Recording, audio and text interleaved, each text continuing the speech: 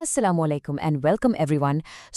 आज हम डाइव कर रहे हैं क्लास 9 बायोलॉजी के चैप्टर 4 में। और हम स्टार्ट ले रहे हैं इसके बिल्कुल पहले टॉपिक से, इंट्रोडक्शन टू माइक्रोस्कोपी। हम उस कमाल के इंस्ट्रूमेंट की स्टोरी एक्सप्लोर करेंगे जिसने हमें पहली बार सेल्स की वो हिडन वर्ल्ड दिखाई। ऐसी वर्ल्ड जो है तो हमारे आसपास ही, लेकिन हमें दिखती नहीं। इमेजिन करें, आपके चारों तरफ एक रोज पेटल पर, घास के एक छोटे से ब्लेड पर, अरे इवन आपकी अपनी स्किन पर लातादाद काउंटलेस लिविंग सेल्स हैं। एक पूरी की पूरी दुनिया है जो एग्जिस्ट करती है, बट हमारी आंखें उसे देख ही नहीं सकती।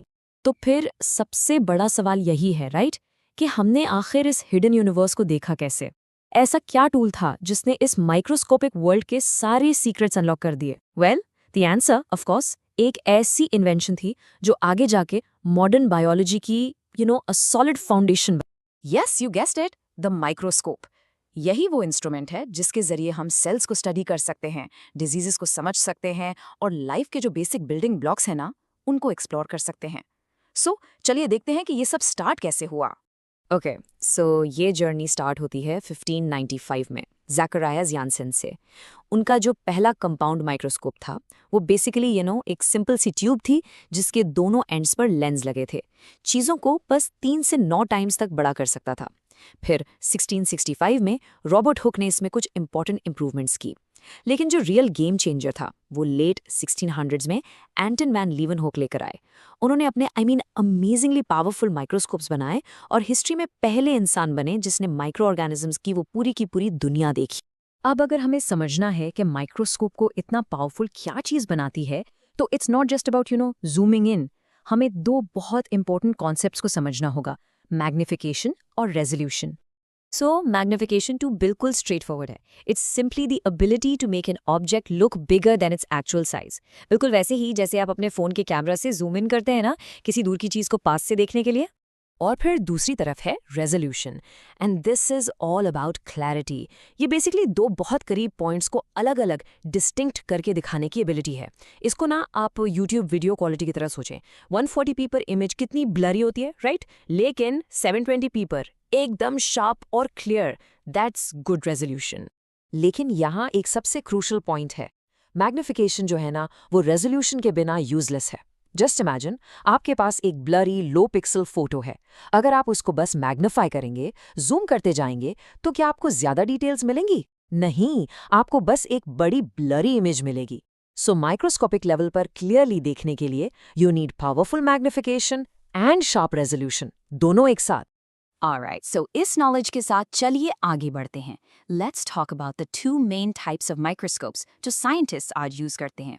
एक है लाइट माइक्रोस्कोप और दूसरा उससे कहीं ज्यादा powerful, the electron microscope. The light microscope, जैसा कि नाम से ही पता चल रहा है, विजिबल लाइट यूज करता है स्पेसिमेन को इल्यूमिनेट करने के लिए और उसे रफली 1500 टाइम्स तक मैग्नीफाई कर सकता है।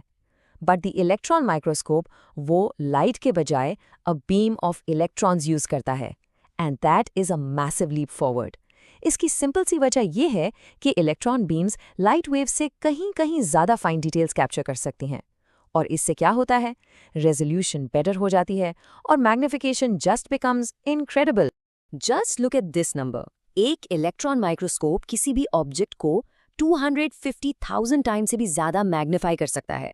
इस पावर से हम ना सिर्फ एक सेल को देख सकते हैं, बल्कि सेल के अंदर जो छोटी छोटी स्ट्रक्चर्स है ना, उनको भी माइंड ब्लोइंग डिटेल में देख सकते हैं। हाँ, बस एक कैच है, इसमें स्पेसिमेन जिंदा नहीं हो सकता। तो सवाल ये है कि ये इतने पावरफुल टूल्स आखिर हमें सेल के इस हिडन वर्ल्ड को दिखाते कैसे हैं? चलिए इलेक्ट्रॉन माइक्रोस्कोप्स की जो दो मेन टाइप्स हैं उनको थोड़ा ब्रेक डाउन करते हैं। तो इसकी दो मेन टाइप्स हैं। पहला है स्कैनिंग इलेक्ट्रॉन माइक्रोस्कोप यानी SEM। इसको ऐसे इमेजिन करें जैसे आप अंधेरे में किसी चीज़ की सरफेस को टच करके फील कर रहे हों। ये इलेक्ट्रॉन्स को सरफेस से बाउंस करा के उसका एक डिटेल्ड 3D इमेज बनाता है। फिर है ट्रांसमिशन इलेक्ट्रॉन माइक्रोस्कोप यानी TEM। ये एक्सरे की तरह है। ये स्पेसिमेन की बहुत ही पतली थिन स्लाइसेस से इलेक्ट्रॉन्स को पास थ्रू कराता है ताकि सेल के अंदर जो कॉम्प्लेक्स मशीनरी चल रही है वो रिवील हो सके। And here's a really cool fascinating fact, ये जो आप स्टनिंग कलरफुल इमेजेस देखते हैं ना इलेक्ट्रॉन माइक्रोस्कोप से, वो रियल नहीं है। The original images are always black and white. Scientists और आर्टिस्ट्स बाद में डिजिटली कलर ऐड करते हैं just so we can highlight different parts of the cell and make it easier to understand.